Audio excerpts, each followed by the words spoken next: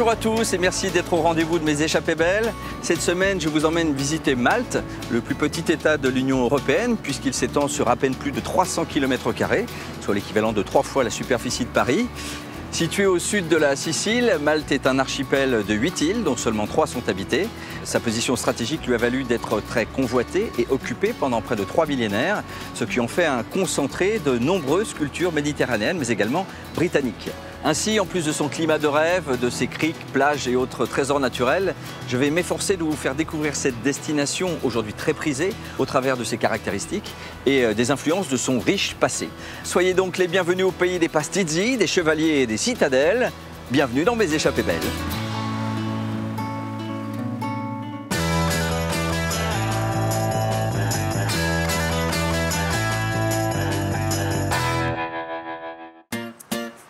L'archipel de Malte se dévoile dans toute sa diversité. C'est très joli. Je ne m'attendais pas à ce que ça ressemble autant à l'Angleterre. Ça ressemble un petit peu à la pétanque française. C'est presque pareil. Il y a quelques différences. Il y a eu de multiples influences. Chaque civilisation a voulu y laisser sa trace. Pour Jérôme Pitorin, une vraie révélation. Est-ce que c'est beau ça? Fantastique. C'est l'arche de Oued El Mila. Comme c'est très tranchant sur cette falaise, je grimpe sans corde. Je me sens plus vivant. Voici le sel de la terre. Il est pur. C'est le cadeau de la mer Méditerranée. Malte, la Méditerranéenne. Le tourisme est très important pour nous à Gozo. Ça donne du travail aux pêcheurs et à tout le monde. Un voyage dans le temps. Les chevaliers de l'ordre de Malte ont construit la Valette à partir de ce type de pierre. Pendant la Seconde Guerre mondiale, toutes les voitures maltaises étaient peintes ainsi. Et c'est ce qu'on appelle le camouflage mur de pierre maltais. Et surtout, n'oublie pas le plus important. On circule sur la voie de gauche. Oui, évidemment. Merhbaf Malta. Les hommes courageux s'élancent à toute vitesse et essaient de parcourir tout le Main. Et essaient d'attraper un des drapeaux. Je te mets au défi. J'essaye, ça marche.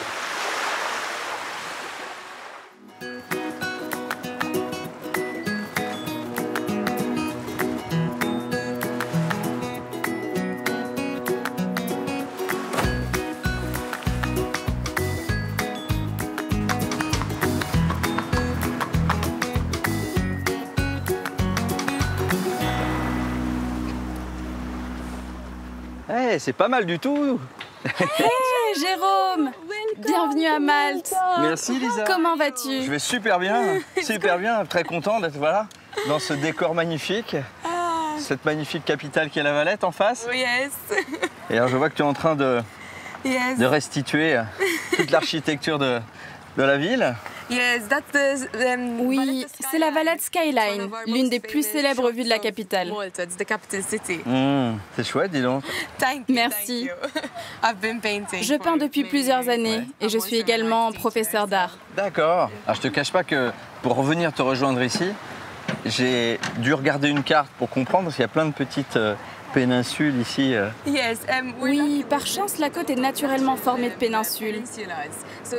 C'était parfait pour les ports, les bateaux. Et même auparavant, c'était utilisé stratégiquement par les chevaliers car c'était plus facile pour gérer les embarcations des bateaux. Mais je serais ravie de te faire découvrir la Valette. Peut-être que nous pouvons embarquer sur le ferry? Avec grand plaisir. Ça marche, on fait ça? Donc tu ne dois pas terminer? C'est pas un travail que tu dois rendre tout de suite? Non, non, je prends mon temps.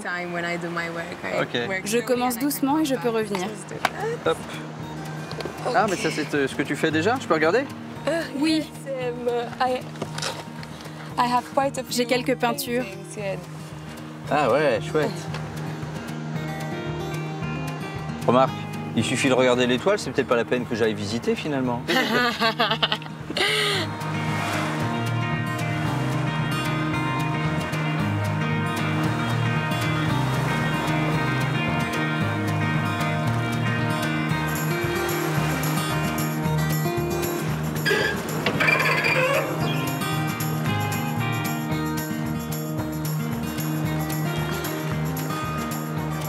Lisa, j'imagine que lorsqu'on veut aller d'une péninsule à l'autre ici, le mieux c'est de prendre le bateau-bus? Oui, Sur le bateau, c'est complètement différent. Tu es sur la mer, tu peux voir la côte, c'est plus relax. Je préfère définitivement le bateau à la voiture. Les fortifications qu'on voit en face de nous, elles sont originales, celles qui ont fondé la ville de La Valette.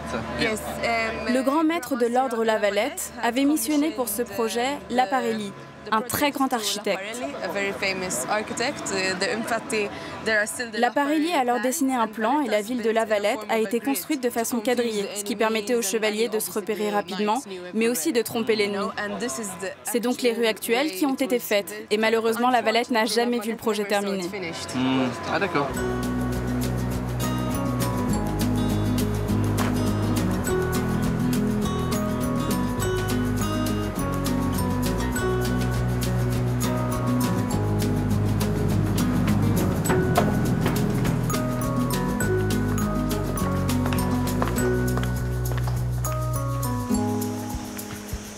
Oh, c'est magnifique ici.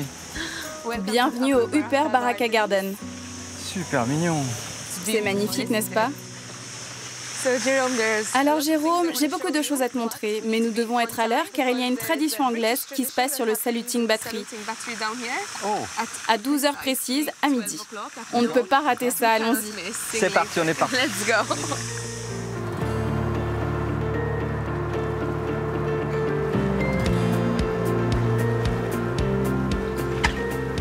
Quelle vue extraordinaire.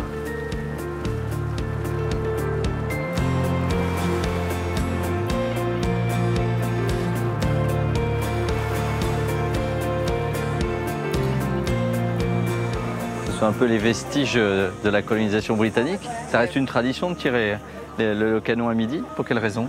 Il y a un siècle, cette tradition est née sous l'occupation britannique. Un coup de canon était donné 3 fois par jour pour que tout le monde soit calé à la même heure. Qu'on soit en mer ou dans une autre ville, le coup de canon était tellement fort qu'on pouvait ainsi savoir qu'il était précisément midi.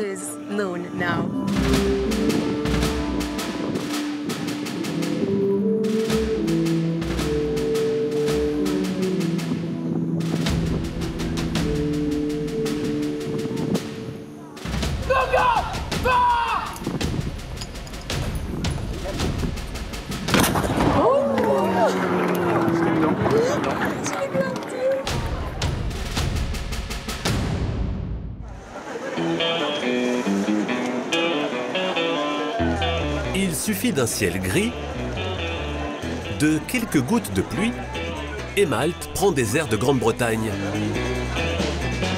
Allô, oui, c'est moi. London Calling. Comme à Londres, les cabines téléphoniques font partie du paysage à La Valette. C'est très joli. Je ne m'attendais pas à ce que ça ressemble autant à l'Angleterre. Je n'aime pas trop la pluie, mais ce n'est pas grave. On passe un bon moment. Mais à Malte, il ne pleut jamais bien longtemps.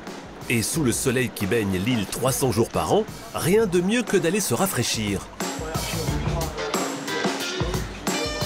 Les Anglais ont inventé de nombreux sports, mais c'est le water-polo qui a conquis le cœur des Maltais. Demain, on a encore 2 parties. J'espère qu'on va gagner.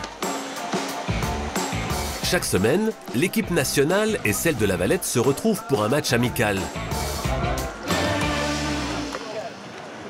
Joey Scurtino, le coach, défend avec ferveur les couleurs du water-polo maltais. Depuis longtemps, le water-polo est un sport très populaire à Malte. Quand les Britanniques ont inventé le water-polo, ils avaient l'habitude de gagner les Jeux Olympiques. C'était de très bons joueurs, mais au fur et à mesure du temps, le water-polo est devenu plus populaire dans d'autres pays. Maintenant, les Anglais ne sont plus les meilleurs. Ils ont à peine notre niveau. Nous avons une meilleure équipe et pourtant nous sommes un tout petit pays. Allez, fais comme on a dit. Allez, fais comme on a dit.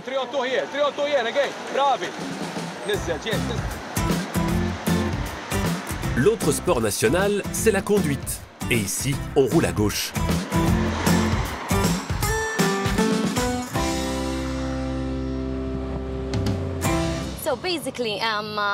Comme on est plus proche de l'Italie que de l'Angleterre, on nous compare souvent aux Italiens. Mais attention, hein, quand il s'agit de conduire, je suis désolée de dire ça, mais on ne se comporte pas comme les Italiens.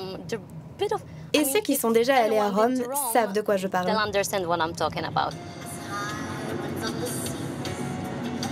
À la radio aussi, l'influence anglaise est très présente.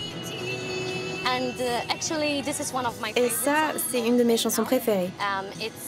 Bon, c'est en anglais, mais c'est quand même chanté par une des plus grandes chanteuses maltaises, Mary Spiteri. Salut Mary, elle sait que je suis une grande fan.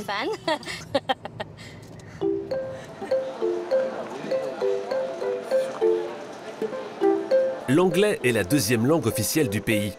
Et depuis quelques années, Malte est devenue une destination pour tous ceux qui veulent apprendre la langue de Shakespeare. Aujourd'hui, c'est la rentrée des classes pour Corinne, une Française qui a décidé de réorienter sa carrière. Vous devez vous souvenir que les Anglais parlent toujours avec... Vous savez comment on appelle ça? Les contractions, oui, c'est ça. Vous voyez, ce n'est pas que pour les femmes enceintes. J'ai choisi Malte pour réétudier mon anglais et perfectionner mon anglais parce que c'était moins cher, le budget était plus abordable pour moi par rapport à l'Angleterre ou l'Irlande et la météo est plus clémente. Pour une immersion totale, la meilleure façon de pratiquer son anglais est encore de sortir des salles de classe. Direction le Queen Victoria Pub.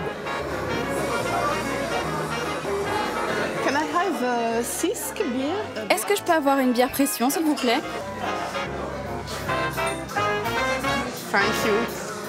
Merci. Les amis, on trinque. Merci. Comment on dit dans ton pays? Campagne. Salut. And salute. Je ne savais pas avant de venir à Malte que la culture anglaise était aussi présente. C'est très drôle de se retrouver avec une japonaise, un brésilien, une autre française dans cette ambiance.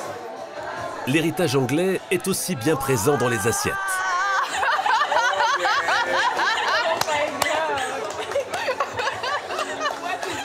C'est pour toi. Eva, tu vas prendre 3 jours pour le manger.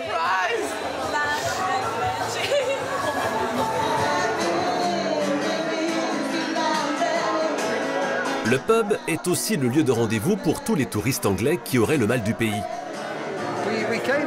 Là où on vit en Angleterre, il y a un pub qui s'appelle le Victoria. Alors on s'est dit qu'on viendrait au Victoria d'ici pour voir à quoi ça ressemble. C'est vraiment un super endroit. On pourrait y passer toute la soirée. 3000 km séparent les deux îles. Mais il y aura toujours des lieux de convivialité pour entretenir leurs liens d'amitié.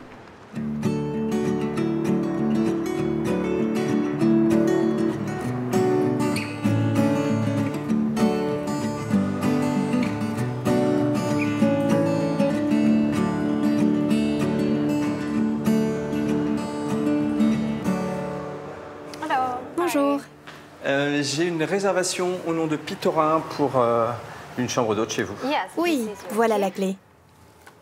Ça, c'est la vraie clé? Oui, bien sûr. D'accord, j'imagine la porte alors. Si je ne me trompe pas, vous trouverez le marquis dans le jardin. C'est juste en haut des marches, à droite. D'accord.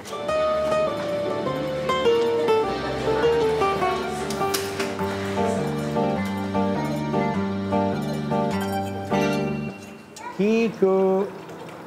Hello. Hello, Kiko. Hello. Oh, Jérôme. Bienvenue. Merci. Ravi de vous rencontrer. Ravi de vous rencontrer également. Je vous appelle comment? Je m'appelle Marquis, je m'appelle Baron. Appelez-moi comme vous voulez. Bah dites-moi. Yes. Nicolas. Nicolas, Yes. Ça marche. J'étais surpris en arrivant, j'ai croisé du public. C'est-à-dire que vous faites aussi visiter la maison. On n'est pas seulement chambre d'hôte. Yes. Oui, absolument. Il y a beaucoup de visiteurs qui viennent. C'est Kikou, le perroquet. Bonjour. We have a lot Nous avons beaucoup de gens qui viennent d'Europe et surtout des Français. D'accord. Nous habitons dans cette maison. Je suis la 3e génération. C'est mon grand-père qui s'est installé ici le premier, mais avant cela, c'était des cousins. Et encore avant, c'était les chevaliers de l'Ordre de Malte. Ah oui. Bon, alors, j'ai la clé de ma chambre, ça éveille beaucoup de curiosité chez moi. Quelle clé? Vous me montrez? On y va? On y va.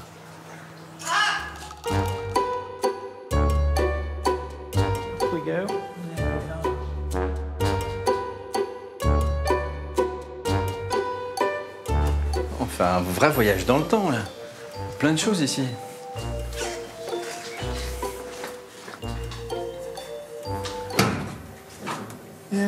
C'est ici, après vous. Merci. Ça vous plaît? Ah, c'est incroyable. Faut monter à sa chambre. J'espère que ce sera confortable.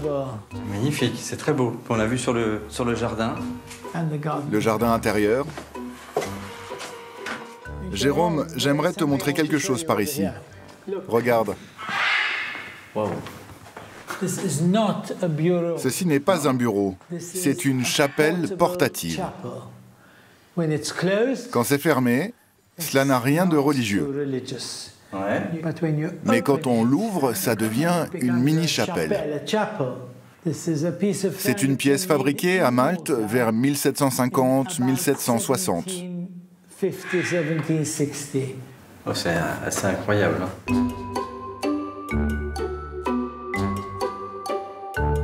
Waouh, superbe! Vous avez dressé la table pour le dîner de ce soir? J'aurais bien aimé, mais non, pas pour ce soir. Nous avons dressé la table pour que les visiteurs imaginent les soirées de banquet. Nous essayons de donner vie à tout ça. Et grâce à votre énergie et à on sent tout le cœur qu'il y a et que vous mettez à le partager. Et peut-être à plus tard pendant mon séjour alors. Merci Nicolas. Merci beaucoup. Merci.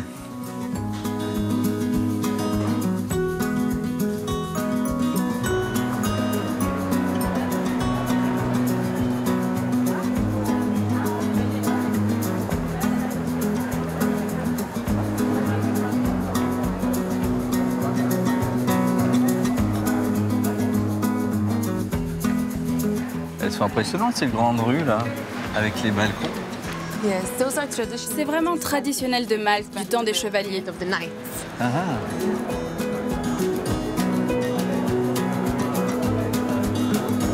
Ah, je vois qu'il y a encore l'héritage anglais qui a laissé des objets comme ça. Ce sont vos boîtes aux lettres. Oui, oui. C'est pas décoratif quoi. C'est bien ça.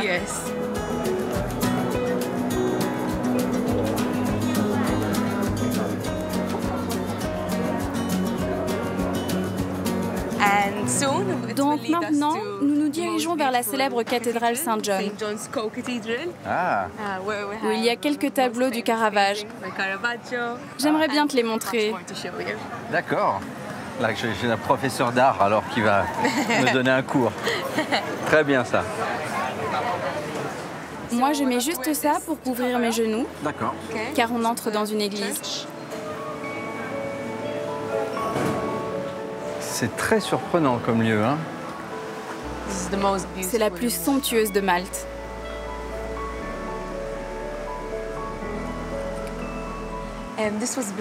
Elle a été construite par les chevaliers de l'Ordre de Saint-Jean entre 1573 et 1577. Donc tout ce que tu vois autour est baroque. À l'intérieur, c'est baroque. Okay.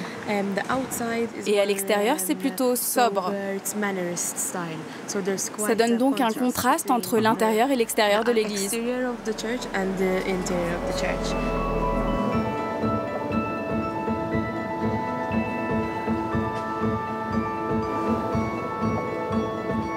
Alors Lisa, toi qui as étudié l'art, qui enseigne l'art, qui est donc une amatrice, comment tu ressens ce lieu? Oh wow, oui, j'aime beaucoup. Je crois que mes décors préférés sont au plafond avec toutes ces fresques.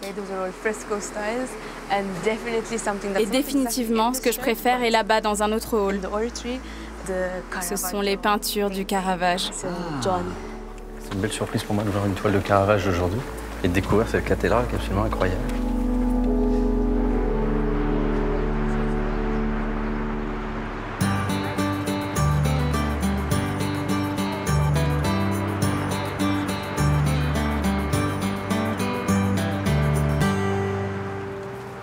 magnifiques ces remparts-là. C'est quoi cette fortification? On arrive où là? C'est l'ancienne capitale de Malte, à 20 minutes de la Valette. On l'appelle la Mdina. C'est une cité fortifiée. Elle est majestueuse cette porte en tout cas. On va rentrer dans un autre temps, dans une autre dimension.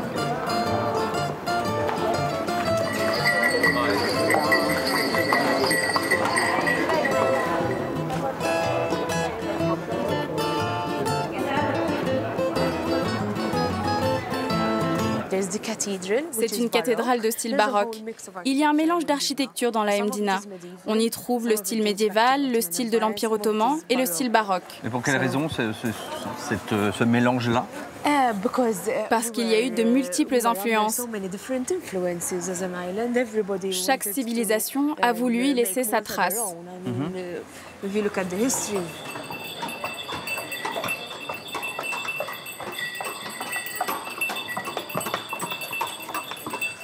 Wow, il y a une super vue ici. Cette ancienne capitale, elle dominait plutôt la campagne. Bien sûr, c'est un point de vue. Ils pouvaient voir tout autour. En tout cas, c'était très chouette. J'ai été impressionné et agréablement surpris par l'architecture, que ce soit à la Valette et ici, là, c'est juste sublime cette petite ville. Merci Elisa. Je t'en prie. On se revoit à la fête de Saint-Julien? Ah oui, c'est vrai. Ah oui, il ne faut pas que j'oublie. C'est quand? C'est dimanche? Dimanche, oui. Allez, c'est parti. À très vite.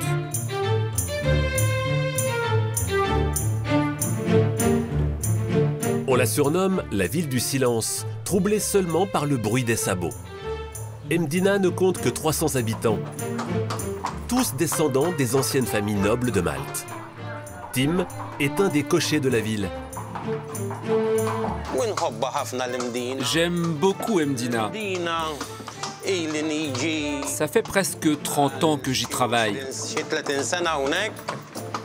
Derrière les façades, ces rues étroites sont remplies de palais. Des palais construits par des familles riches. Chacune voulait avoir le sien. Mdina, c'est un peu l'histoire de Malte.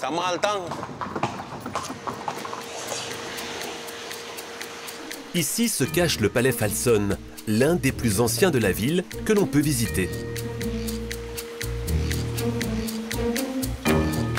Ce qui rend ce palais vraiment particulier à mes yeux, c'est qu'ici on peut comprendre comment les nobles et les privilégiés vivaient à l'époque du XIIIe siècle. Olof Golcher, le dernier propriétaire des lieux, était un capitaine de l'armée britannique. Un voyageur qui a acquis une impressionnante collection d'œuvres d'art dont Caroline Tonna est aujourd'hui la gardienne. Olof, le propriétaire, aimait beaucoup cet endroit parce qu'il y a un banc ici qui commémore la date de son mariage avec sa femme, une Italienne. J'imagine qu'il devait s'asseoir ici, au meilleur endroit, pour admirer la beauté de cette cour intérieure.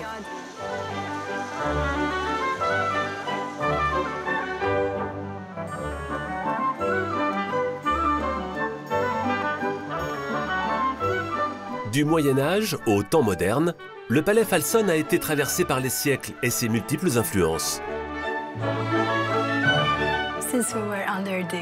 Nous avons été colonisés par les Anglais et nous en avons gardé un certain héritage, comme la conduite à gauche par exemple. Mais quand il s'agit d'organiser des dîners au palais Falson, c'est à la française.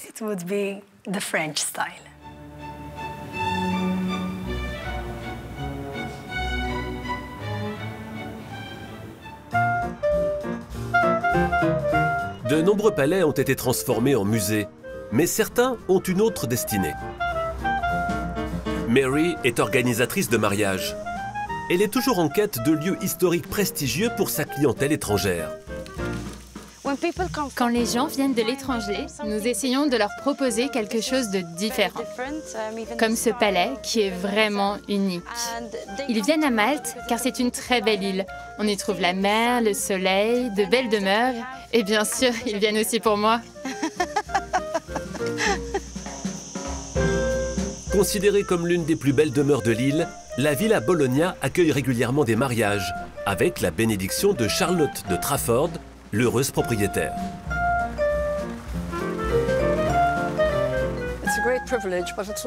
C'est un grand privilège de vivre ici, mais c'est aussi une responsabilité, parce que la maison et le jardin sont tellement grands qu'il y a beaucoup d'entretien. Alors les mariages et les tournages de films apportent des revenus supplémentaires. Descendante d'un premier ministre de Malte de la période anglaise, Charlotte assure donc la pérennité de sa villa avec des mariages. Une tendance qui s'est emparée de tout le pays, devenue la nouvelle destination à la mode pour se marier grâce à ce somptueux héritage historique. Voulez-vous la prendre pour épouse? Oui, je le veux. Voulez-vous le prendre pour époux? Oui, je le veux.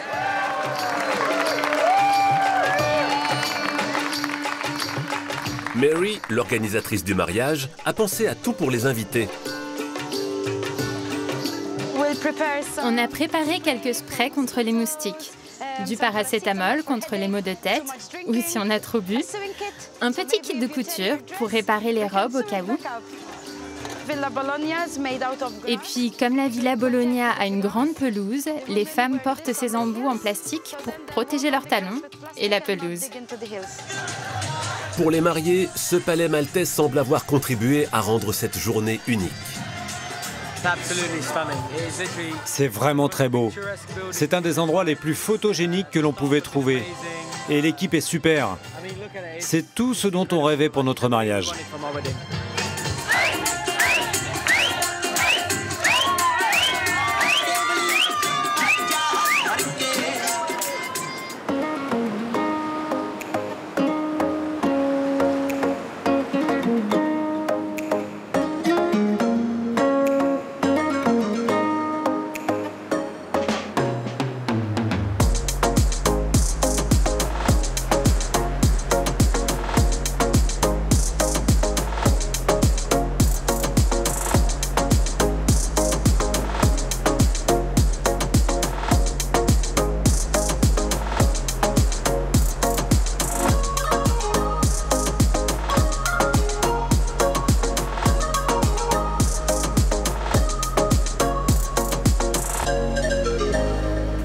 Bonjour, Jérôme. Moi, c'est Petra. Enchantée. Enchantée. Moi, j'étais en train d'immortaliser cet endroit incroyable où tu m'as donné rendez-vous, là. Le Blue Lagoon, Lagon Bleu. Oui, ici, c'est probablement l'endroit le plus populaire et le plus visité des 3 îles. Ben, je vois que, ouais, ça fonctionne très bien, ouais. Et cette petite île de Comino, elle est vraiment coincée entre l'île de Gozo et puis finalement Malte. C'est un tout petit bout de rocher ici. Oui, c'est une toute petite île, seulement 3 km². Très peu de gens vivent ici. Seulement une famille, des fermiers, ils sont 3 à vivre encore ici. Et c'est vraiment une île très calme. Les gens viennent en hiver pour le calme et la marche. En été, bien sûr, les touristes viennent se baigner. Le nom de Comino vient de l'herbe sauvage qui pousse ici, le cumin. Cumin, Comino. C'est de là que vient le nom. Alors derrière, là, j'ai vu qu'il y avait une tour. Qu'est-ce que c'est que cette tour? C'est une des tours de guet de chevaliers de Saint John. Elles étaient placées tout autour des îles afin de les protéger des invasions des Ottomans et des pirates qui faisaient des raids pour prendre des esclaves et pour piller les îles. Donc, ces tours étaient un moyen de communication. Les chevaliers allumaient des feux afin que la tour suivante le voie, et ainsi le message de l'invasion était diffusé très rapidement tout autour de l'île. Donc ces tours sont vraiment représentatives de l'archipel maltais. Donc tu m'as prévu un programme chargé. Qu'est-ce qu'on va faire? Du vélo? Du vélo, on va faire de la plongée. C'est vrai? Oui, on va aller sur un spot très connu de l'autre côté de l'île de Gozo. Ah, super. Bon, bah alors si le programme est chargé, on y va? Eh oui, c'est parti. On va prendre le bateau.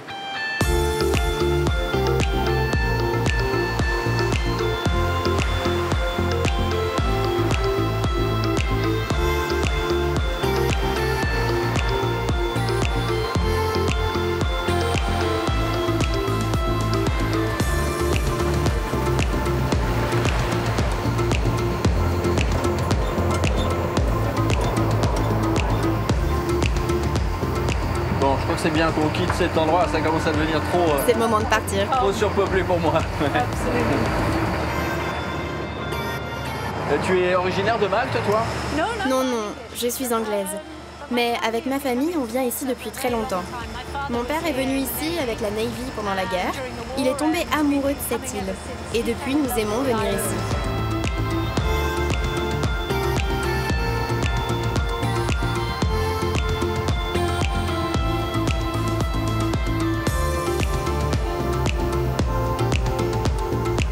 On arrive à Gozo, alors. Ouais. Tu peux voir l'église. Très très beau.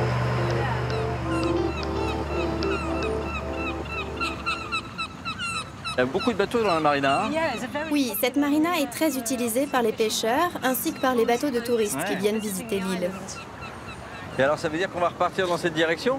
Oui, on va monter cette colline. Et c'est pentu quand même. C'est une petite montée, mais ne t'inquiète pas, j'ai une surprise pour toi. Un vélo électrique. Alléluia.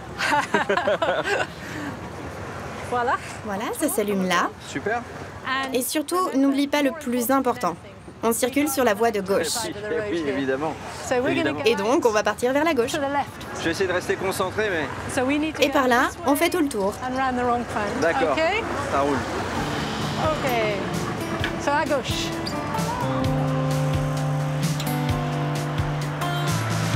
Ah, c'est bien, c'est pas trop difficile, je trouve. Non. Est-ce que tu peux me rappeler ton parcours de sportif de haut niveau? Quand j'étais à l'université en Grande-Bretagne, je jouais au hockey sur gazon, en Ligue nationale. Ah oui? Hockey sur gazon. Ah, d'accord. Mais je me suis blessée au genou et pour faire ma rééducation, je faisais du vélo. Et j'avais un vélo de descente. J'adorais pédaler. J'ai ensuite fait quelques compétitions et je trouvais que j'étais plutôt douée. Et j'ai eu la chance de gagner quelques courses et de trouver des sponsors. La suite fait partie de l'histoire. Ouais, et puis des titres de championne du monde aussi. Oui, un petit peu. Oui, quelques courses et quelques titres internationaux, ouais.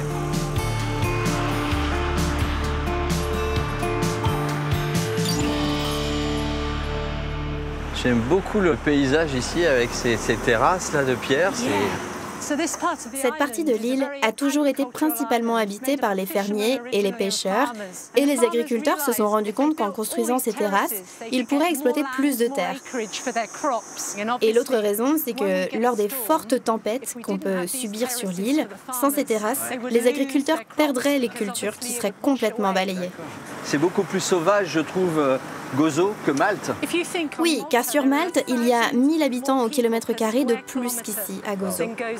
C'est vraiment super joli. Oui, c'est beau. Ouais, c'est une belle balade que tu me proposes là.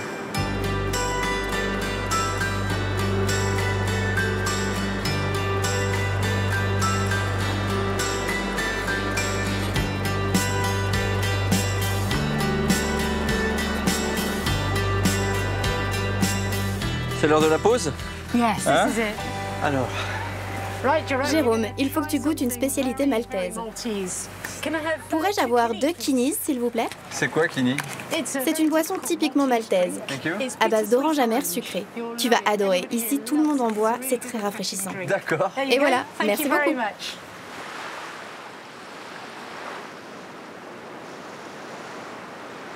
Elle est incroyable cette côte quand même, hein? C'est fou, hein? Oui, c'est beau. Bon, on va goûter le breuvage local. Santé. Santé. Cheers. Ça.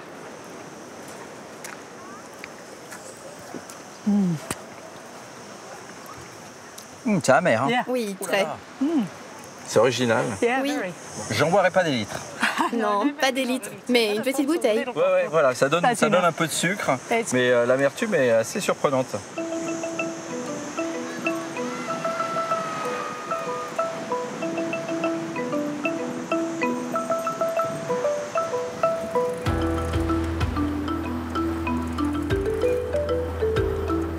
On dirait des salines naturelles, hein. C'est magnifique. Oui, on dirait que ce sont des salines naturelles, mais elles ont bien été construites. Et à Gozo, on a des salines qui ont plus de 100 ans. Certaines dateraient même de l'époque phénicienne. D'accord. C'est un site extraordinaire. C'est très très beau. Tu m'as gâté, hein? Et c'est pas fini. Et c'est pas fini. Il en reste encore. Encore de nouvelles surprises. Allez, suis-moi.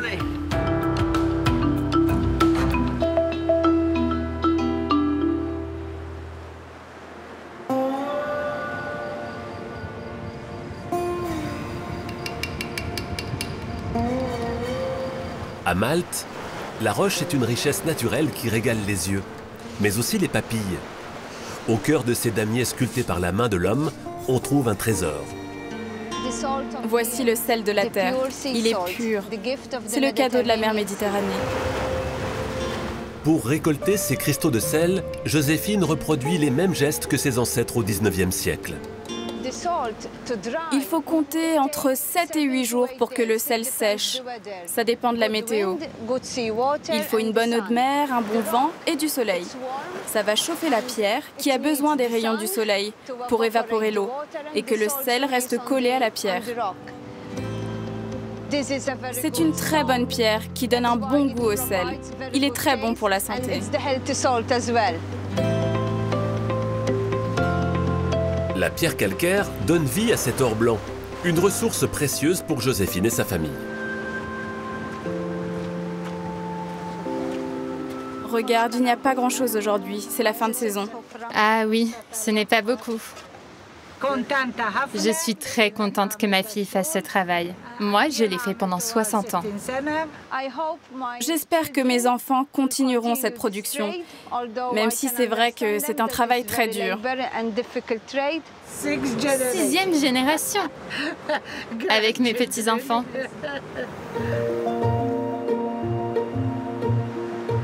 Sur l'archipel, la roche s'exprime dans toutes ses formes. Des salines aux somptueux palais, l'île a écrit son histoire au fil de la globigérine, cette pierre au reflet de miel. Aujourd'hui encore, cette ressource naturelle est exploitée dans des carrières à ciel ouvert. Ici, dans ce décor grandiose de 40 hectares, on ne rechigne pas à la tâche.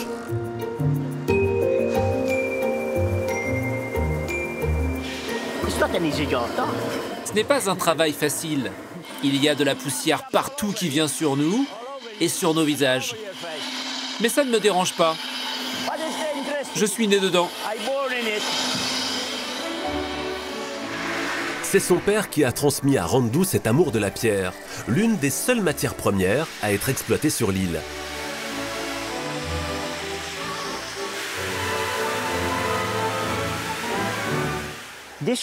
Cette pierre est encore humide. On vient de la couper. Quand elle sera sèche, elle sera très dure.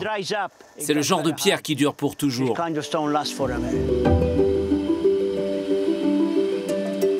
Quand il s'agit de parler de ces pierres, Randu est intarissable. La carrière mesure environ 30 mètres de haut.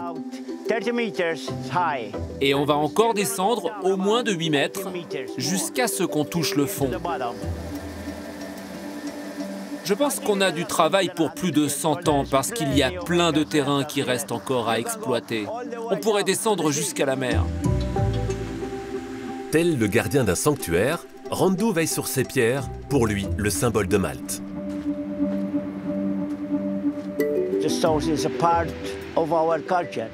La pierre fait partie de notre culture. C'est notre héritage à tous. Et quand je regarde la carrière d'ici, je pense toujours à mon père et au travail qu'on a fait. Ce n'est pas facile de tailler la pierre, mais j'aime ça. Et je remercie Dieu pour ça, et surtout mon père de nous avoir légué toute cette terre.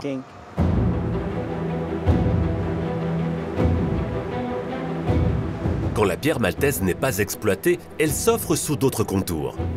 Siècle après siècle, elle a façonné l'île pour en faire ce joyau au cœur de la Méditerranée qui ne cesse d'émerveiller ses visiteurs.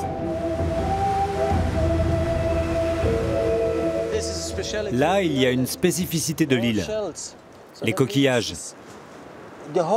Ça veut dire que l'île était sous l'eau il y a des milliers et des milliers d'années, et puis c'est sorti. Vous voyez, il y a plein de coquillages. Les coquillages ne quittent jamais la roche, quitte à y mourir.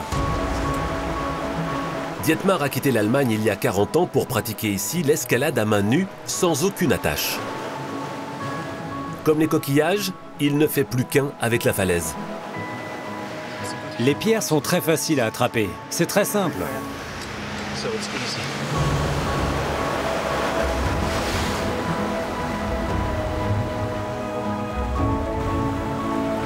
Comme c'est très tranchant sur cette falaise, je grimpe sans corde.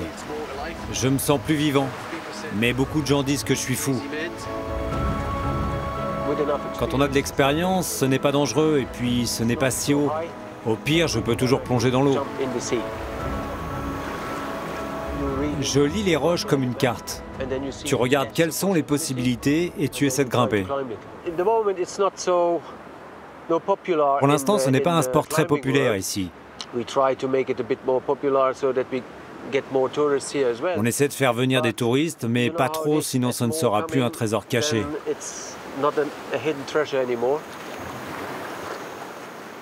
Depuis l'époque phénicienne, la globigérine, cette pierre typiquement maltaise, a su protéger, nourrir et éblouir les habitants. Plus que jamais, ils ont à cœur de préserver ce patrimoine naturel.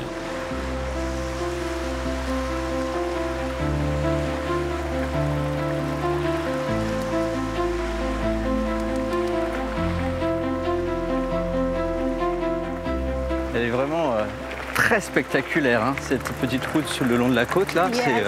Oui, c'est un paysage magnifique. Et on va continuer avec un endroit encore plus beau. D'accord. C'est juste un peu plus loin. Ok.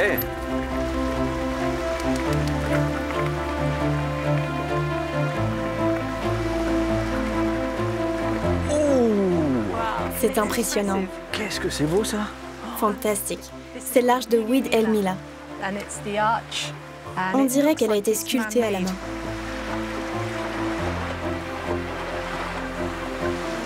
C'est massif et en même temps on sent une fragilité avec les fissures. Oui, on sent les mouvements, les craquements qui descendent. C'est l'endroit que je préfère ici. C'est calme, il n'y a personne, pas de bâtiment. Il y a beaucoup de sites comme celui-ci à Gozo? En fait, il y avait une arche très similaire mais plus grande appelée Azure Window. Et c'est là que je vais t'emmener ensuite. Nous allons plonger sur l'Azure Window parce qu'aujourd'hui elle est sous l'eau. Ce sont des gros rochers, donc on va partir du Blue Hole et tu pourras même voir une arche comme celle-ci complètement immergée. D'accord.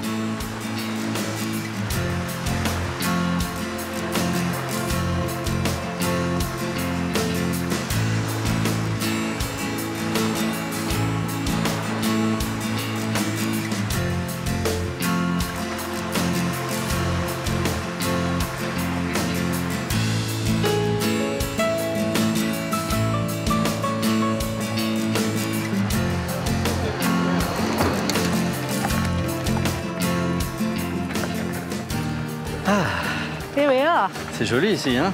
Vassidowera. C'est un endroit très célèbre, entre autres parce que la séquence du mariage dans la saison 1 de la série Game of Thrones a été tournée ici.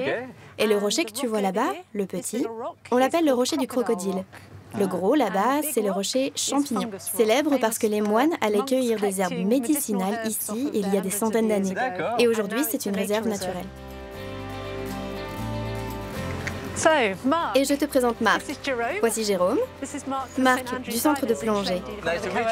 Bonjour Jérôme, enchanté.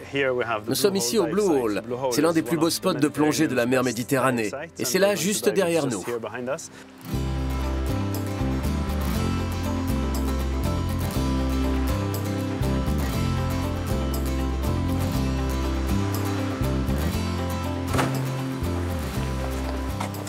C'est pas mal pour travailler sa condition physique.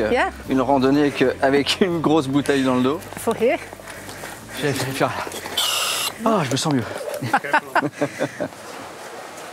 On va se mettre à l'eau ici. Et c'est là-bas qu'on pouvait admirer la fameuse Azure Window jusqu'en 2017. Mais on va pouvoir en voir les vestiges.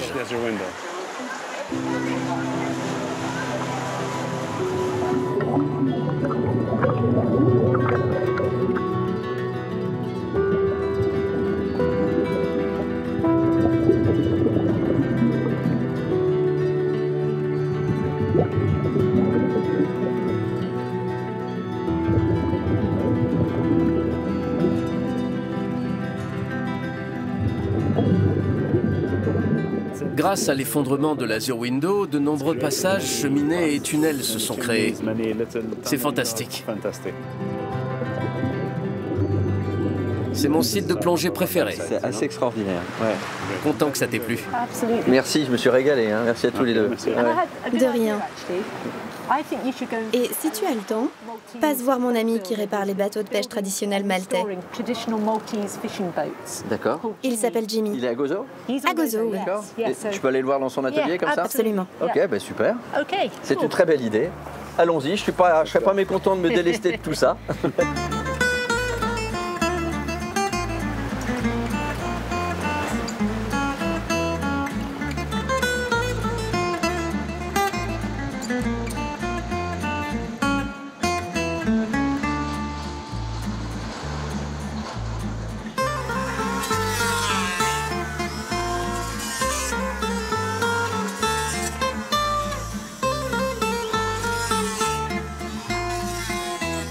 Bonjour.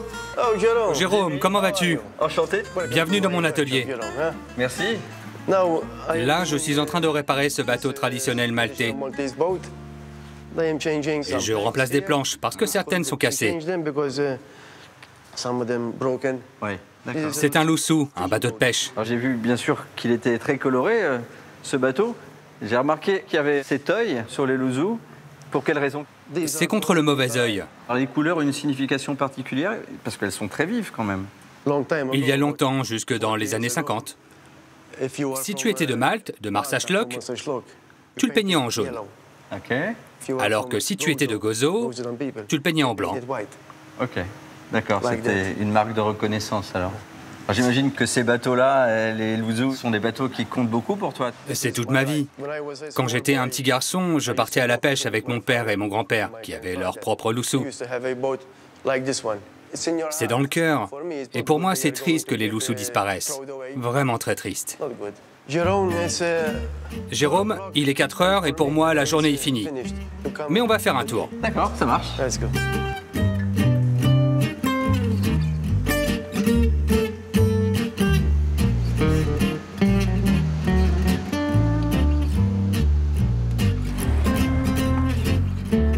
Salut Joseph. Salut Jimmy, tu vas bien?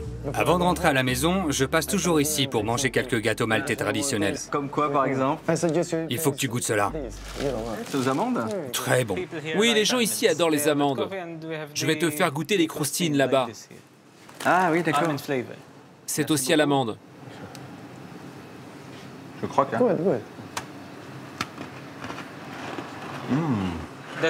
C'est vraiment le gâteau traditionnel ici. Les gens adorent ça. Il y a aussi les ftiras. C'est cuisiné avec des patates, des tomates, des anchois, des olives et des capres.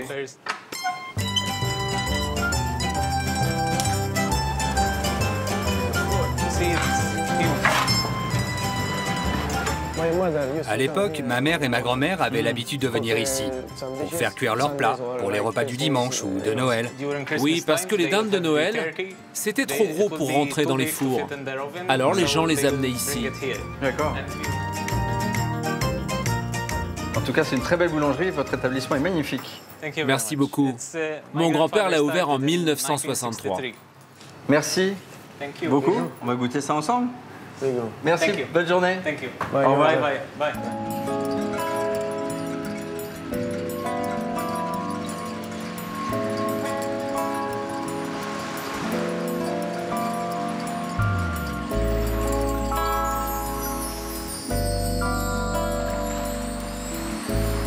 Regarde ça, ça m'est pas bien. Ils sont bien aussi les gens là. Est-ce que tu n'as pas peur que Comino, l'île en face ou ici à Gozo, les îles perdent un peu de leur identité, de leur âme, si trop de monde vient envahir un peu ces jolis petits lieux? Non, le tourisme est très important pour nous à Gozo. Ça donne du travail aux pêcheurs et à tout le monde. C'est comme une chaîne. Donc, je pense que c'est positif pour tout le monde, Jérôme. Mais attention, parce que s'il y a trop de touristes, il n'y aura plus assez de gâteaux pour toi. Hein. Ne t'inquiète pas, ne t'inquiète pas. Joseph m'en préparera d'autres. Merci Jimmy en tout cas, c'était chouette de te rencontrer et puis de partager ces moments simples et sincères. Tu seras toujours le bienvenu, Jérôme. D'accord. Toujours. Et la prochaine fois, on ira faire un tour de bateau. D'accord.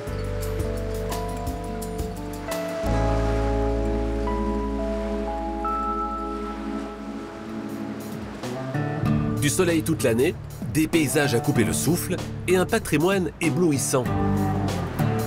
Malte est un décor de cinéma à ciel ouvert. est l'une des destinations européennes les plus prisées par les réalisateurs. Le Comte de Monte Cristo, Obélix Mission Cléopâtre, Gladiator, plus de 200 films y ont déjà été tournés. Pour ceux qui hésitent à venir à Malte, ces décors de cinéma sont souvent un argument décisif. Une manne économique que l'île a su mettre à profit. Dans le sublime Anchor Bay, les décors du film Popeye avec Robin Williams attirent chaque année des milliers de touristes. Allons-y! Si ce film des années 80 est un peu passé aux oubliettes, les Maltais ont eu la bonne idée de transformer ces décors en parc d'attractions.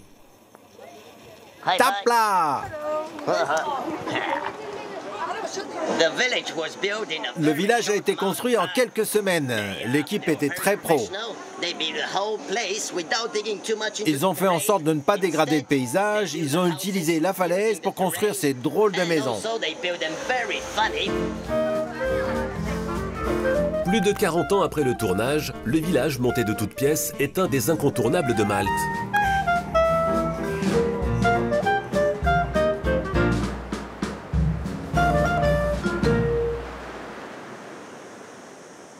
À l'autre bout de l'île, honneur au petit écran. Ici a été tournée l'une des séries les plus célèbres du monde. Ok, alors bienvenue sur le tour Game of Thrones de Malte. Ici, il y avait une grosse équipe de maquilleurs. Ils ont grimé les visages des comédiens et ils teintaient le dessous de leurs ongles. Et puis, ils utilisaient aussi du beurre de cacahuète pour salir leurs dents. Alors moi, en fait, j'ai toujours été un grand fan de Game of Thrones.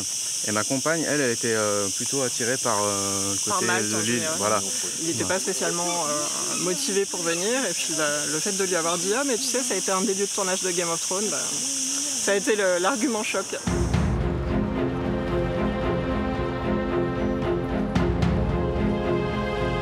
Grâce à leur patrimoine très préservé, les grandes villes maltaises ont déjà servi de décor pour reproduire des villes comme Marseille, Beyrouth ou Jérusalem. Les palais de l'île sont eux aussi souvent mobilisés pour les tournages. Comme cette bâtisse du XVIIIe siècle, où une équipe anglo-maltaise raconte aujourd'hui la vie d'un duc corse. Il va chercher Alfred et ils vont prendre l'escalier. Daniel Graham, le réalisateur, briefe son équipe avant le début du tournage. Là, on est à l'intérieur de ce palais maltais. Cette pièce a été très décorée pour en faire le salon du grand-duc de Corse. C'est un endroit splendide pour filmer. Je suis très content qu'on le fasse ici. Henri, on a besoin de toi. Tu peux te placer là. Encore une minute, Daniel va avoir besoin de venir voir Coco dans son costume. Dans cette équipe internationale composée de 60 personnes, Angélique, la seconde assistante du réalisateur, une Française qui travaille souvent à Malte. Derrière chaque minute de film, il y a plus d'une journée de tournage avec plein de corps de métiers différents. Donc c'est assez fascinant. Cette année, apparemment, il y a énormément de tournages. En ce moment, je crois qu'il y a 6 tournages en même temps. Allez, on se met en place.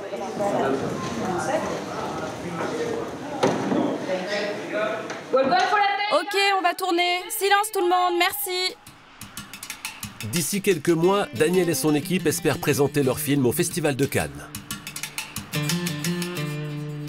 Pour attirer les productions, l'île a formé des professionnels et investi dans d'impressionnantes infrastructures, comme ces bassins géants utilisés pour reproduire des scènes de naufrage et de batailles navales.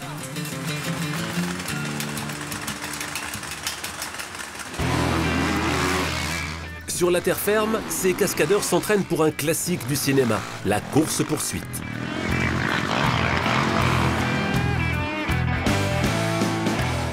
Les mecs, écoutez-moi. Stéphane, Malte, Kenneth.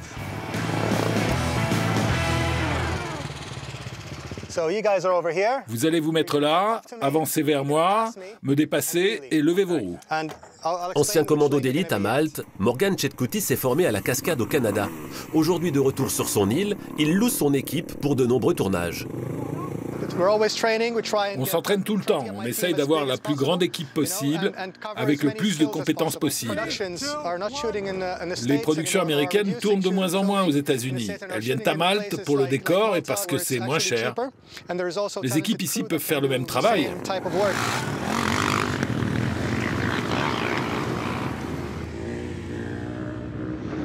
Cette cascade s'affichera bientôt sur le grand écran. Une jolie façon d'exporter Malte à travers le monde. La petite île de Méditerranée n'a pas fini de nous faire rêver.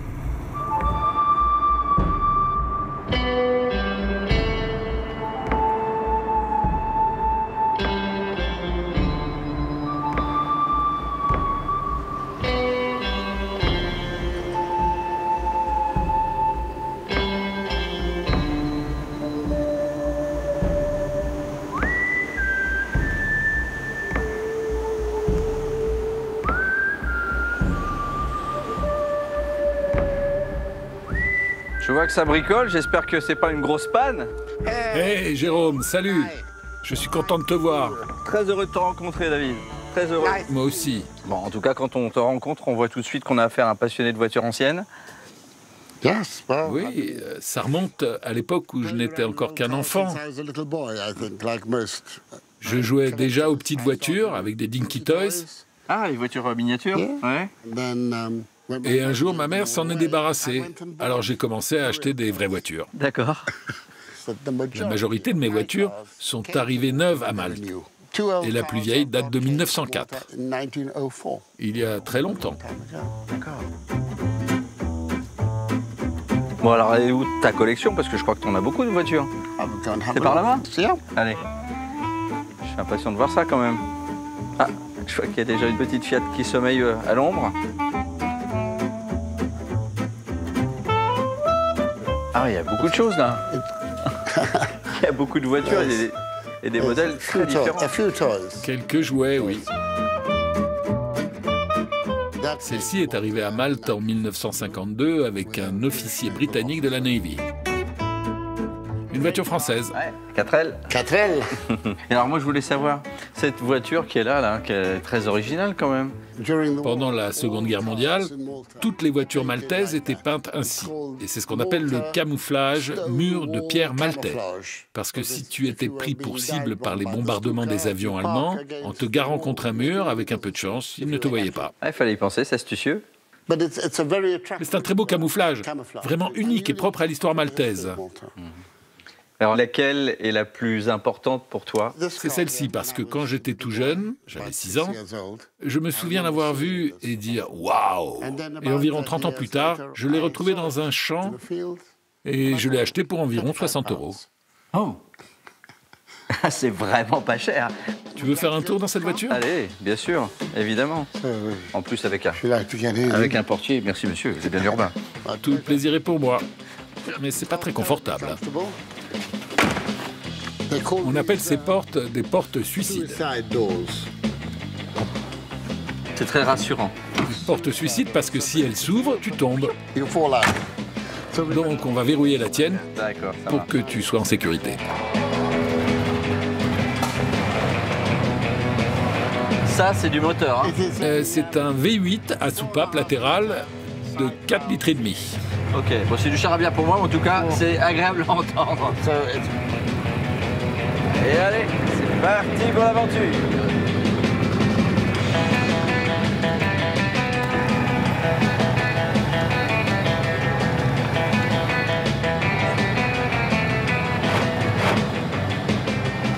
je te trouve très chic parce que tu as assorti à ta voiture avec ton short rouge, tes chaussures rouges et tes petits boutons de manchette. C'est très très chic. So British, on pourrait dire. Oui, c'est le style british. Allez, on va prendre de l'élan. Allez, allez.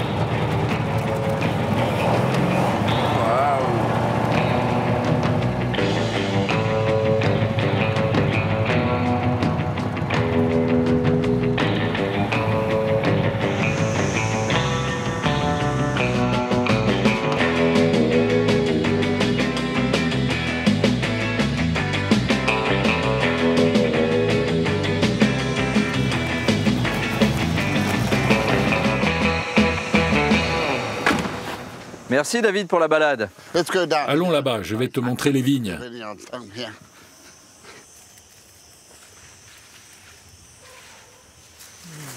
Hey Philippe, Bonjour Philippe. Bonjour David.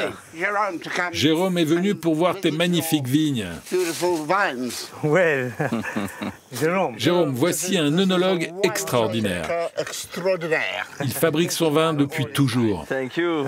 Alors, je faisais la remarque à David en arrivant que ce sont des vignes assez basses, assez recroquevillées sur elles-mêmes. Pour quelle raison? C'est une méthode traditionnelle pour protéger le raisin du soleil. Cette vigne s'appelle le Gelosa. C'est une variété indigène. Comment vous dites? Gelosa. Ah, je connais pas ce cépage. C'est un vin typiquement maltais. D'accord, c'est pour ça. Ok. Il y a une histoire derrière cette vigne qui date de l'occupation arabe avec les grappes et les plantes. D'abord, les Arabes ont planté ces raisins pour les manger parce qu'ils sont musulmans. Puis, les Romains sont arrivés et ils ont fait des croisements avec leurs plantations. Au fil du temps, chacun a fait évoluer ses vignes. Et aujourd'hui, on a cette variété qui vient de cette souche indigène appelée Gelosa. Et c'est aussi donc du coup un exemple de la mixité qu'on peut retrouver à Malte à travers la culture, à travers la gastronomie. Exactement, très bonne réflexion. Donc ça, c'est les anciennes vignes. Venez voir les plus jeunes.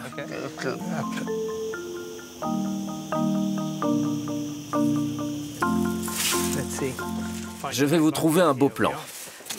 Voici une grappe typique du Gelosa. Elle est très grosse et très fournie. C'est incroyable, oui. On peut goûter? Oui. Ouais. Tenez, Jérôme. Là, c'est plus goûter un grain, c'est manger du raisin. Il est beau, ce raisin. Formidable. Il est très sucré. Il est déjà très sucré, d'ailleurs. Ce raisin est excellent à manger. Le vin est encore meilleur. Je pense qu'on va aller à la cave et goûter quelques crus faits à partir de ce raisin. Quelle bonne idée! Voilà une magnifique idée.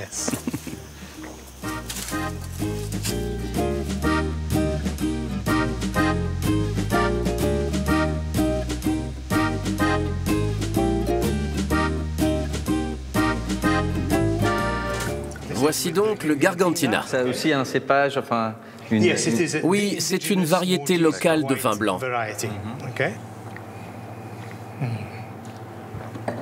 C'est surprenant. Je trouve que c'est un goût vraiment original. Original, avec une espèce d'amertume. Tu as raison. Il a un arôme vraiment spécifique, avec un goût d'amande et de cerise marasquin. Ce sont les caractéristiques du Gargantino. On trinque? Comment? Saha, on dit. Saha. Santé. Je peux te demander une faveur? De rejoindre ma cousine Emma et d'aller au marché demain acheter du poisson. Et puis vous joindre à nous pour le repas familial de dimanche midi. Avec grand plaisir. Et puis je vais même acheter une bouteille ou deux de vin pour pouvoir goûter en famille. Hein? C'est super ça. Ah ben voilà, c'est parfait. Merci Philippe.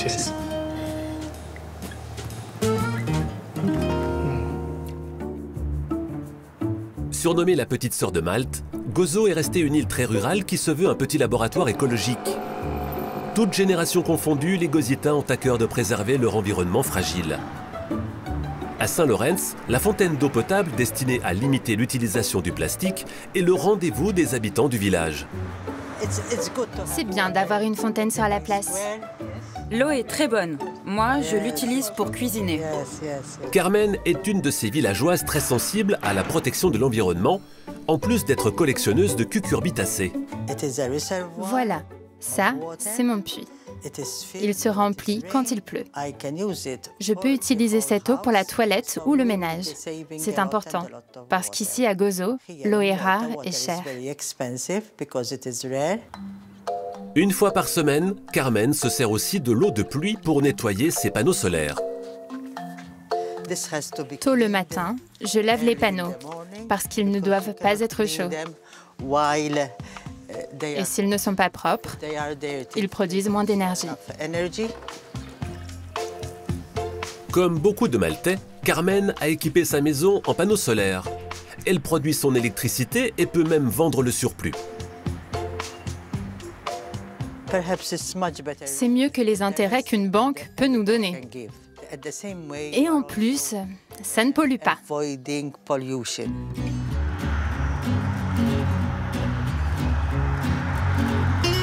Pour limiter leur empreinte carbone, certains se tournent vers l'avenir. D'autres renouent avec d'anciennes coutumes. Comme Nina, une jeune Allemande, chef de cuisine. Tombée amoureuse de l'île, elle s'est installée à Gozo et en explore les moindres recoins, même les plus surprenants, en quête de nouvelles recettes. Bonjour. Bonjour. Ça a l'air tellement simple quand tu le fais. Mais moi, quand je le fais, ça ne marche pas. Mets-le dans l'autre récipient. Super, c'est tout chaud. Nina n'a pas choisi de rendre visite à Zepi par hasard. Récompensé à de multiples reprises pour la qualité de son fromage, il est le spécialiste du djebna. On doit filtrer le lait à travers ce tissu pour être sûr qu'il soit bien pur. Maintenant, on doit ajouter un peu de présure pour que le lait devienne comme une crème. Et ensuite, on sera capable de faire du fromage.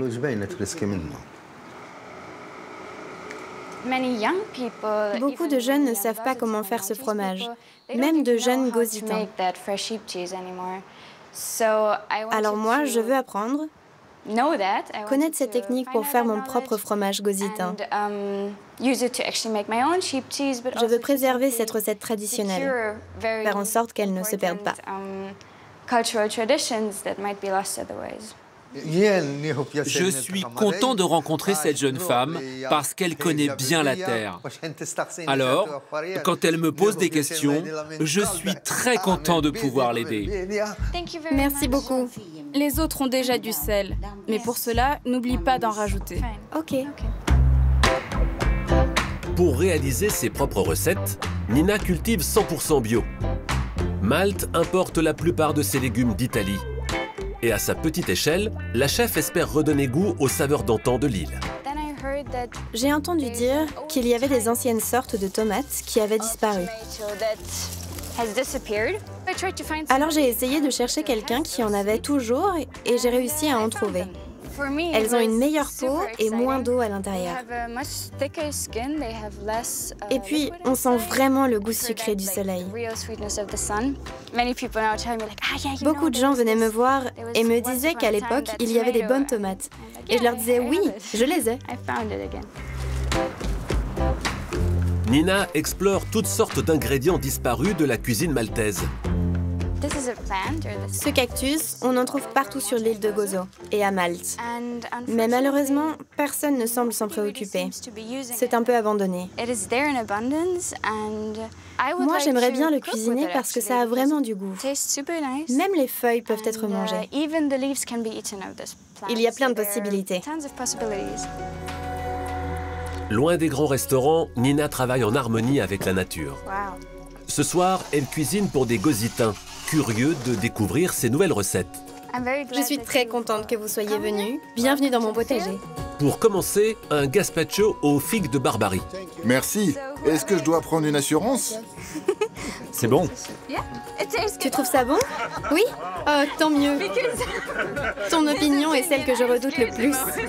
C'est avec Joe, propriétaire des lieux, que Nina a appris à faire pousser ses premiers légumes gozitins. Pour tout vous dire, j'allais abandonner l'agriculture, mais elle m'a redonné du courage. En prônant une agriculture durable, la jeune femme souhaite montrer que l'on peut gagner sa vie tout en protégeant l'environnement. Tournée vers son terroir et vers les énergies renouvelables, Gozo est un modèle à suivre pour Malte et bien au-delà. À la santé de Gozo. Cheers.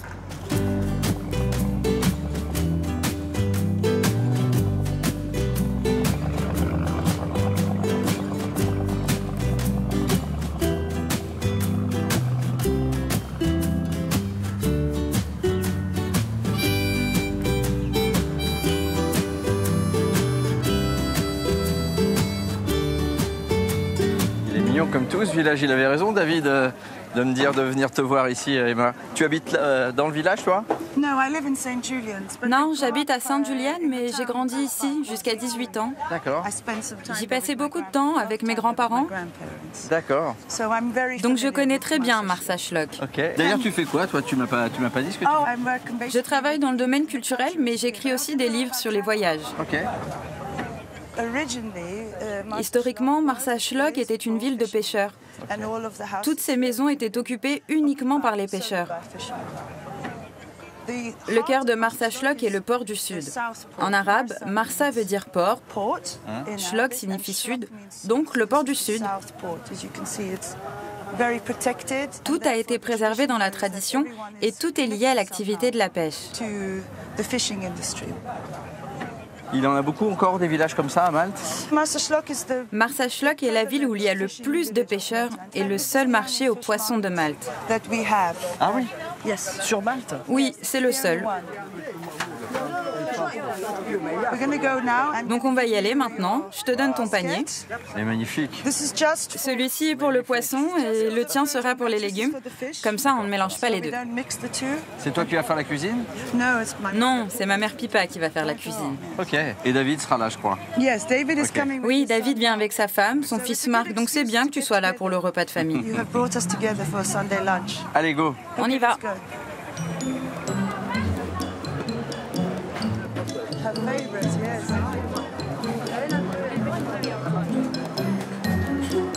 Je sais pas où elle est, mais elle a l'air très pressée, Emma. Hein. Elle doit avoir faim.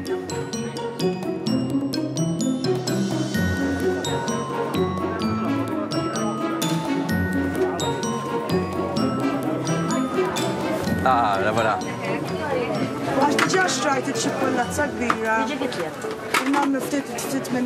Tu n'as pas de chance, Emma, mais je suis super fort en cache-cache, donc je trouve toujours les gens. Désolée, je me dépêche. Tu as faim ou tu es pressé? Les deux. J'ai faim et je suis pressée. Alors. Oui, deux. Et il me faut du poisson pour faire un aliota. C'est quoi? L'aliota est la soupe de poisson traditionnelle. Ah d'accord, super. Donc il nous faut quelques petits poissons et quelques crevettes. Après, on ira chercher des tomates et on aura terminé. Parfait. Thank you very much. Bonne journée. Bonjour. Bonjour. Quelle tomate tu veux prendre? La Roma ou la tomate ronde? Ça, j'aime bien, moi. Celle-ci est parfaite pour l'aliota. Allez, hop, tiens. On y va. Merci. Ciao. Bon, je pense qu'il te faut un tablier pour cuisiner avec ma mère. Lequel tu préfères? Je sais pas, lequel tu... Je te laisse choisir. Je crois que le turquoise est le plus beau. Allez. Il va bien avec tes yeux. Je peux vous aider? On va prendre un tablier. Le turquoise. Oui. Combien je vous dois? 3,50. Parfait. Merci. Ok, on est bon. On peut y aller. Merci. Ciao.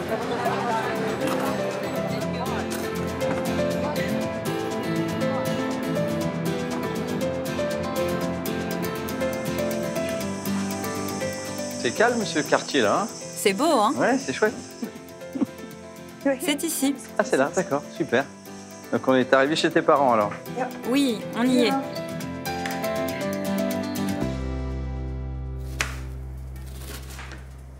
Bonjour maman. Ah, Emma. Bonjour. Jérôme. Jérôme. Vous êtes en train de cuisiner déjà? Jérôme, voici Pipa dont je t'ai parlé. Ouais. Ok. Qu'est-ce que vous avez pour moi? Some nice fish. Yes, lots of fish. Oui, du poisson et des tomates. Et regarde ce que j'ai pris, maman. Emma m'a offert ça et c'est vrai que l'esthétique de ce tablier ne se conteste pas. Voilà. Là, on est sur du haut niveau. La Parfait. Il te va bien. Parfait.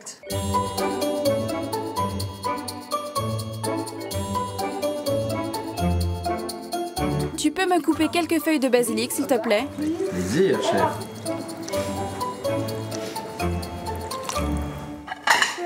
Ça sent bon, Pipa. Jérôme, je suis ravi de te revoir. Je ne t'ai pas présenté ma femme et mon fils. Félixia, Jérôme Nice to meet you, Félixia. et Marc. Hello, Mark. How are you? Ça sent trop bon, maman. Voici la Liotta. Attention, c'est chaud. Bon appétit. Merci. Bon, c'est très très très bon. Bravo, félicitations. Merci. Comment vous qualifieriez la gastronomie maltaise? C'est une combinaison de notre situation géographique. L'Afrique du Nord est proche, donc nous avons beaucoup de desserts, avec de la fleur d'oranger ou du miel. Nous avons aussi des influences de la Sicile, avec les pâtes et leurs fabuleuses sauces, ainsi que des plats de poisson. Et aussi, n'oublions pas que les Anglais ont été là pendant 150 ans. Donc on a aussi des tartes, des tourtes au poulet.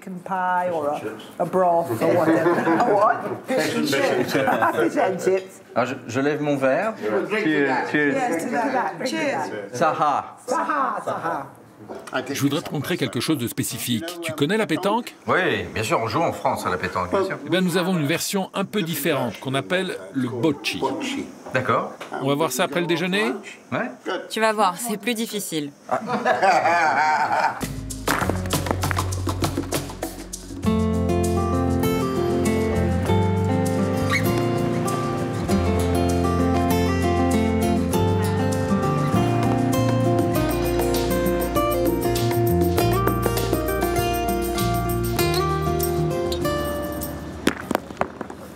Donc c'est ça le bocce? Ça ressemble un petit peu à la pétanque française. C'est presque pareil, mais tu vas voir, il y a quelques différences. Ah, déjà, il y a des boules de différentes formes et de différentes tailles. Alors ça donne quoi? Est-ce que vous pouvez m'expliquer là qui a gagné le point? Parce que j'ai du mal à suivre. La verte. Ah d'accord, donc finalement le cochonnet principal c'est le mini. Cette boule est la plus importante du jeu. Mais celle-ci est plus proche de la rouge. Donc on doit rejouer. Bon, je vais mettre du... C'est compliqué. Je vais mettre du temps à comprendre. Allez, on va essayer avec David. Ah. Très bien.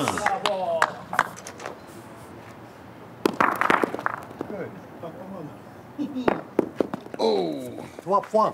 Pour vous? Oui. Vous, 3 points? Thank you very much.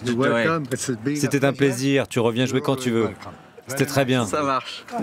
Merci beaucoup. Merci David. C'était une bonne idée. Moi, je suis très joueur, j'adore les jeux, quels qu'ils soient. Donc ça m'a fait très plaisir de découvrir ce sport que je ne connaissais pas. On s'en met une petite revanche quand même. On va vous laisser une chance.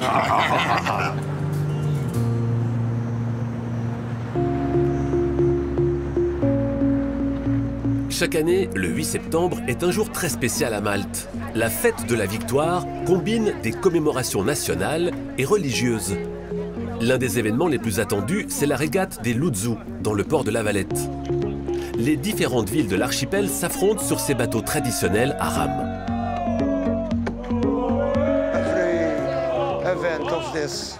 À chaque fois que la saison reprend, je me sens à nouveau comme un petit enfant. Mon cœur bat très fort et j'oublie même que j'ai 64 ans.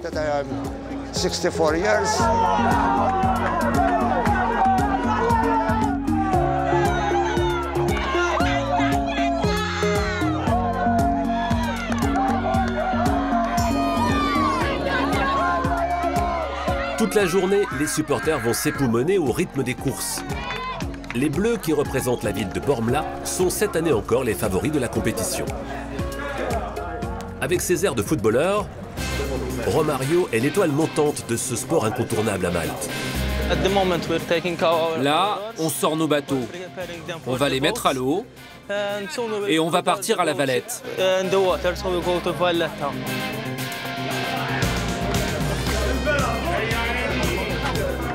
Je me sens un peu stressé. L'adrénaline monte. Les 6 dernières années, on n'a perdu que 2 fois, en 2016 et l'année dernière. Alors cette année, il faut faire mieux. Comme souvent, sa plus grande fan, c'est sa maman. Toujours aux premières loges pour suivre les courses. Aujourd'hui, c'est un jour très important pour nous. Et c'est aussi l'anniversaire de son père, qui nous a quittés. Il est au paradis maintenant. Il adorait la régate. Pour moi, si Romario arrive en premier, ce sera le plus beau cadeau qu'il puisse lui faire. Je serai très émue. Sainte Marie, Mère de Dieu. Romario et son équipier vont s'élancer avec 6 autres bateaux.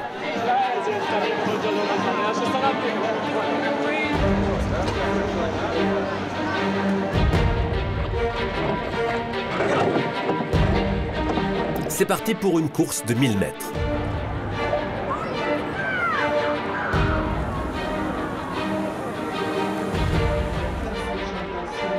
Allez les Bleus!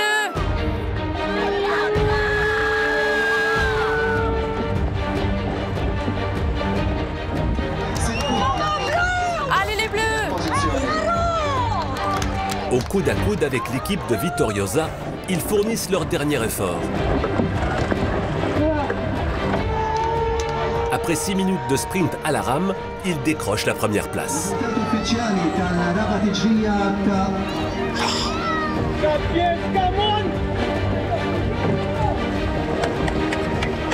Il l'a fait, il l'a fait.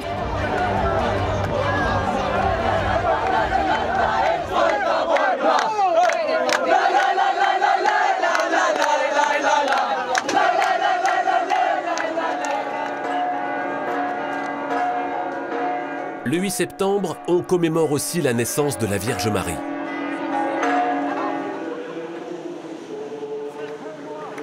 Ton doux regard est tourné vers les cieux, tes mains sont jointes, ta robe est faite d'or et d'argent, garde-nous unis pour toujours. Les Maltais sont catholiques à plus de 90% et très fervents. Une fois par an, la statue de la Vierge quitte l'église de Nachar pour une longue procession.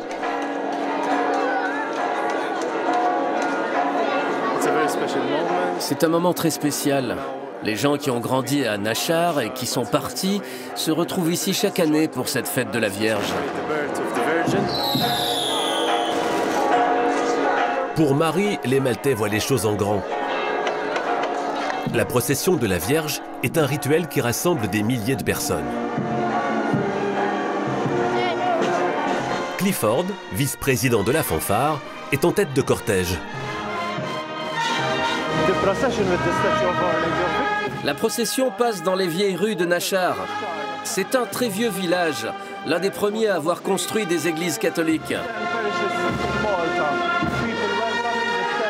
Les gens accueillent la statue, ils prient, c'est un moment fort pour eux. Ils viennent ici pour se rappeler leurs proches qui malheureusement sont décédés.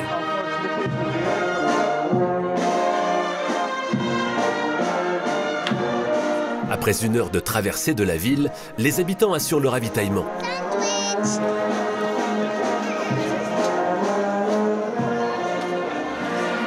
C'est maintenant au tour des fidèles de prendre le relais pour porter la statue de la Vierge Marie. C'est assez lourd, on porte à peu près 120 kilos sur nos épaules. C'est sûr que ça fait du poids.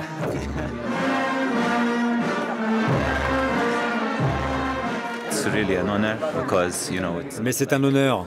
Tout le monde n'est pas choisi pour faire ça. Alors je suis très fier.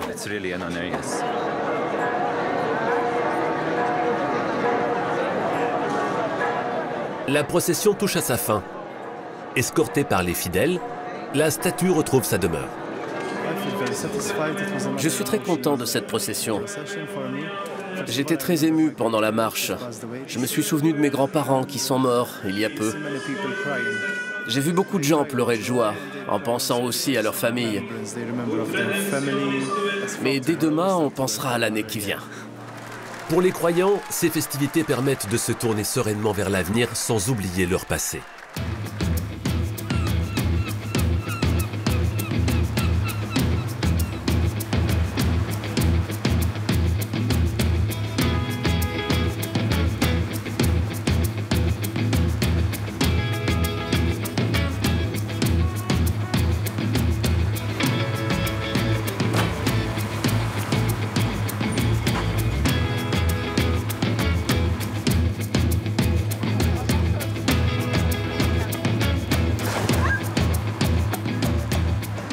Bienvenue à St. Julian's, Jérôme. Merci, ça a l'air sympa ce quartier-là.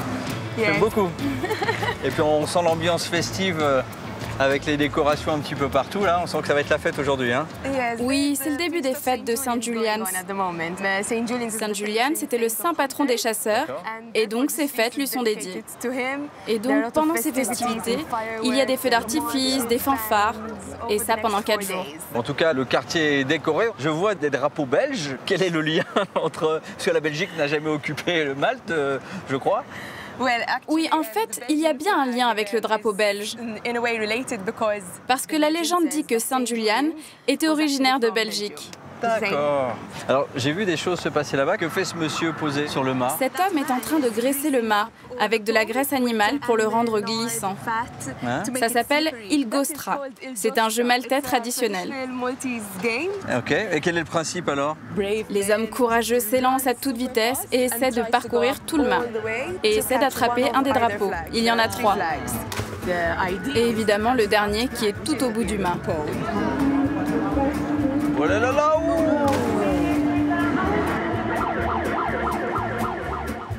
ah oui, ça doit être très glissant parce qu'il a fait 2 mètres. Peut-être que tu devrais essayer, Jérôme. Moi? J'ai peur que ce soit dangereux parce que si on retombe mal, j'ai quand même peur que ce soit un petit peu douloureux, si tu vois ce que je veux dire. Je crois que je vois ce que tu veux dire.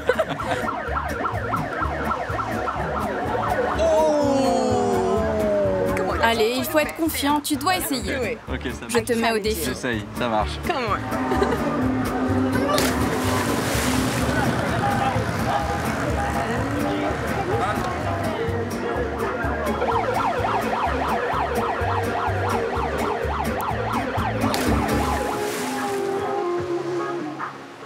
Bon, bah écoute, vas-y. Bon, j'ai échoué, je suis désolé. Mais c'est amusant en tout cas. Bien sûr que c'est amusant, c'est génial.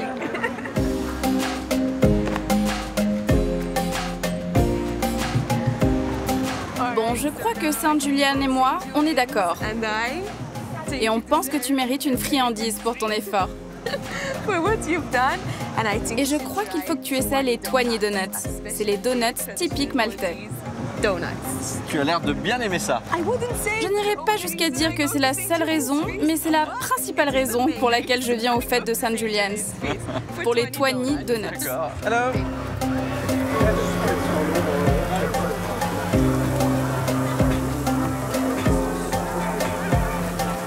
Je vais prendre un petit comme ça, moi. Un en chocolat? Ouais, c'est très bien ça. C'est les meilleurs. Merci. Voilà pour toi. Moi, j'en voudrais un comme ça, s'il vous plaît. On va goûter ça.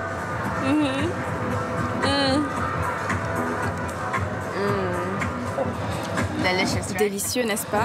Il est encore tiède et tout, c'est une merveille. Ah, on entend les cloches. Ça veut dire que la fanfare va commencer. Elle part de l'église jusqu'ici.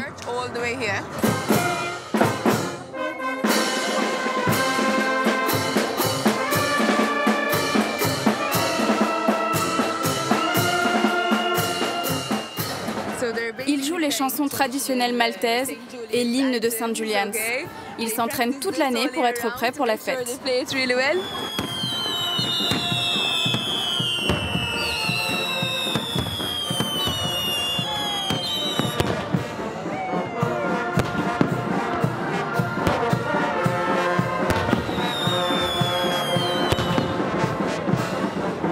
Est-ce que tu as déjà vu un aussi beau feu d'artifice?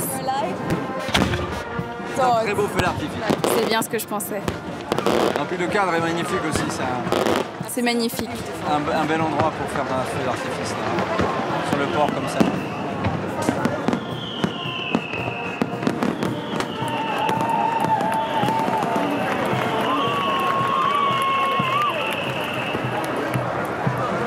Bon, la fête bat son plein. Hein.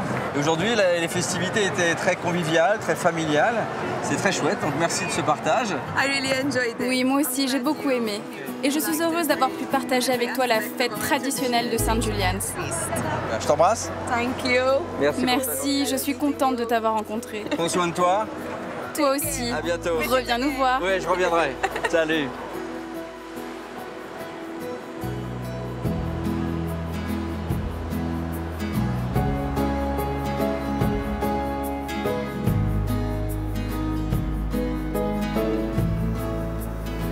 Voilà, mon voyage à Malte s'achève avec cette belle lumière sur cette roche si caractéristique, cette roche dorée. J'ai beaucoup apprécié l'influence arabe d'un côté, italienne de l'autre, et puis bien sûr l'influence britannique.